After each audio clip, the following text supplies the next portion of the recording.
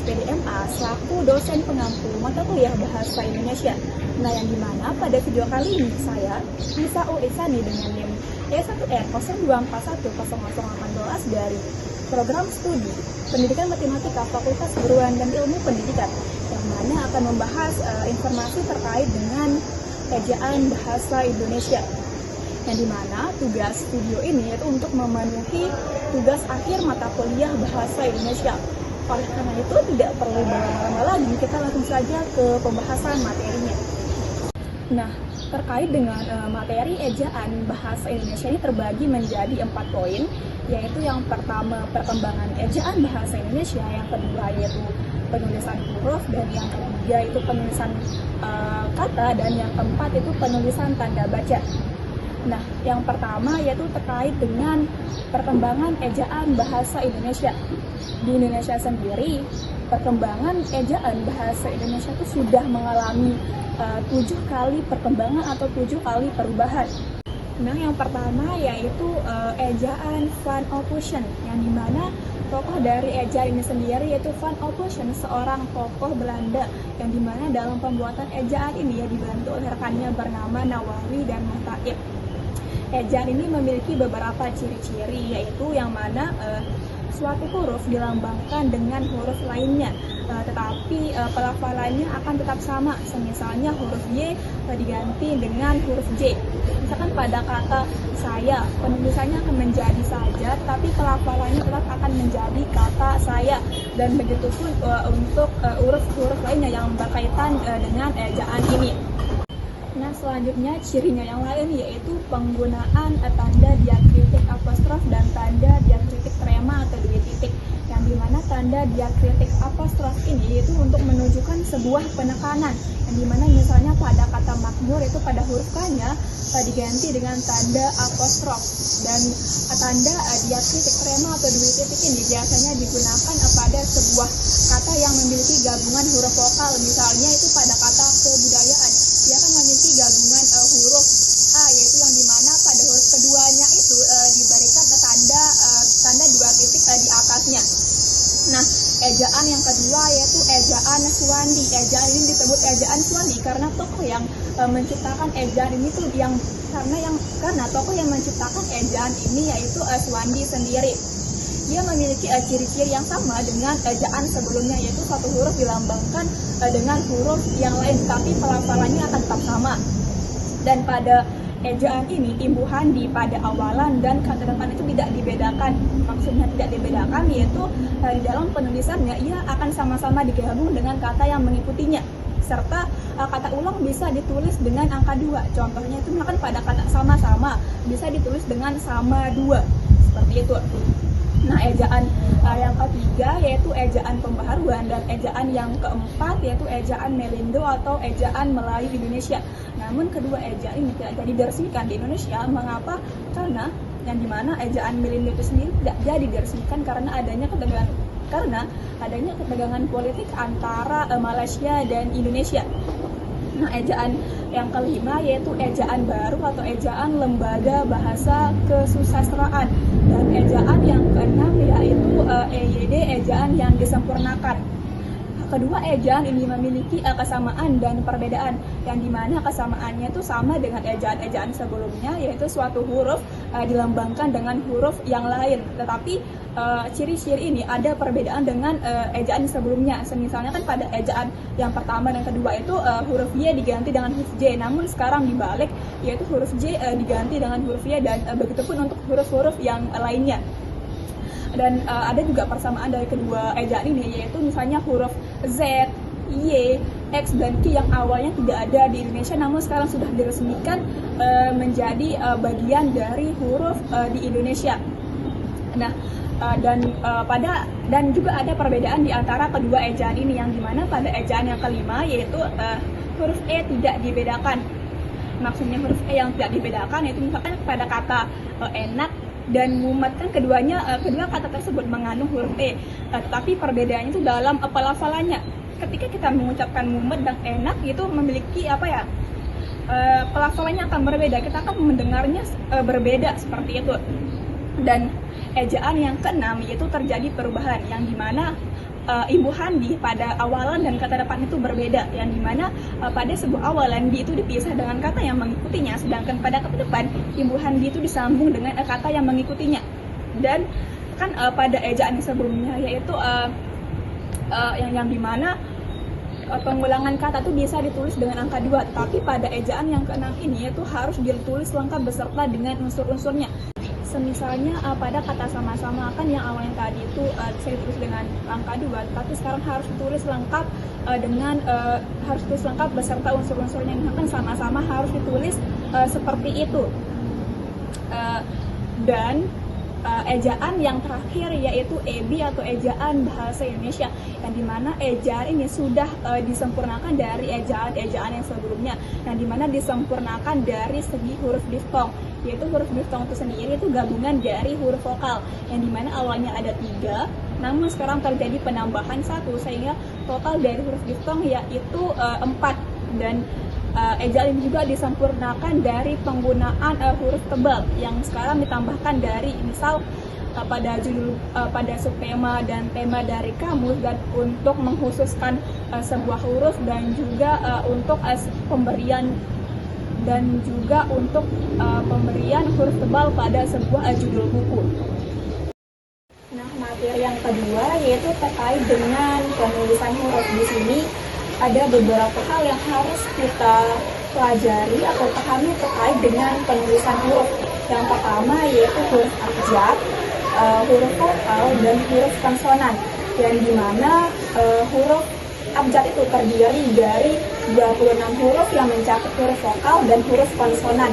Huruf vokal itu sendiri itu seperti A, I, U, E, dan O. Sedangkan huruf konsonan ialah selain dari huruf vokal.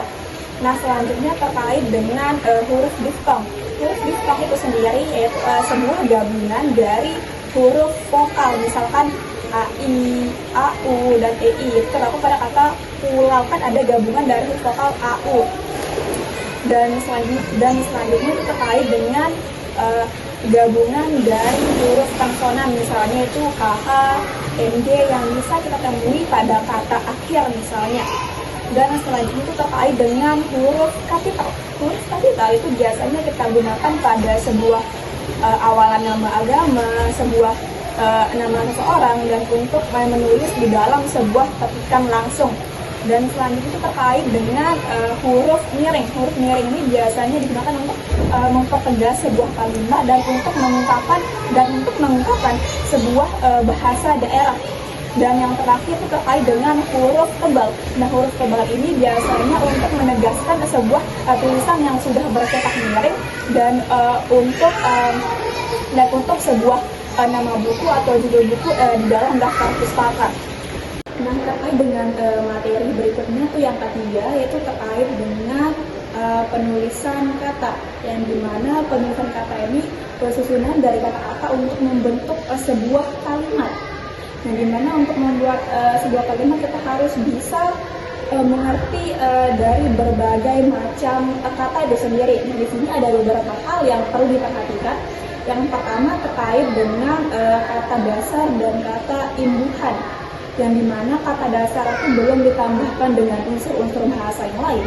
Nah, sedangkan dengan kata imbuhan yaitu sebuah kata yang ditambahkan dengan unsur-unsur yang lain. Misalnya pada kata masak ini kan masih dalam bentuk kata dasar. Jika ditambahkan dengan imbuhannya, ia akan menjadi kata memasak yang memiliki makna yang berbeda dengan kata dasarnya. Nah, yang selanjutnya itu terkait dengan kata ulang, yang dimana di situ terjadi sebuah pengulangan kata yang unsurnya sama. Misalnya pada kata sama-sama itu kan memiliki unsur kata yang diulang. Dan selanjutnya itu terkait dengan penggabungan kata dan pemenggalan kata, yang dimana penggabungan kata ini yaitu sebuah kata digabungkan dengan kata yang lain yang akan membuat makna yang berbeda. Misalnya pada kata rumah dan sakit, ketika digabung ia akan menjadi sebuah kata baru dan akan memberikan sebuah makna yang baru juga. Dan selanjutnya itu terkait dengan pemenggalan kata, yang dimana pemenggalan kata ini dilakukan pada sebuah suku kata atau gabungan dari huruf vokal. Nah, selanjutnya terkait dengan kata ganti dan kata sandang, yang dimana kata ganti ini ada yang mendahului dan ada yang mengikutinya. Misalkan pada kata gantiku yang mendahului yaitu ku jual, dan ada juga kata ganti yang mengikutinya. Misalkan kata gantinya ada pada kata maknanya, yaitu ada sebuah kata yang mengikutinya. Nah, selanjutnya itu terkait dengan kata sandang, yang dimana kata sandang ini terbagi menjadi dua, yaitu kata sandang si dan sang. Kata sandang si ini biasanya digunakan untuk sesuatu yang berbau tunggal. Misalkan si A sedang pergi ke pasar, dan sedangkan kata sandang sang itu untuk sesuatu yang memiliki yang bermartabat tinggi, misalnya sang saka merah putih. Nah, selanjutnya yaitu tentang partikel. Partikel itu sebuah hubungan antar kata dan yang akan dapat memberikan sebuah makna. Semisalnya pada partikel pun, pada kata meskipun, ia akan memberikan sebuah makna penekanan.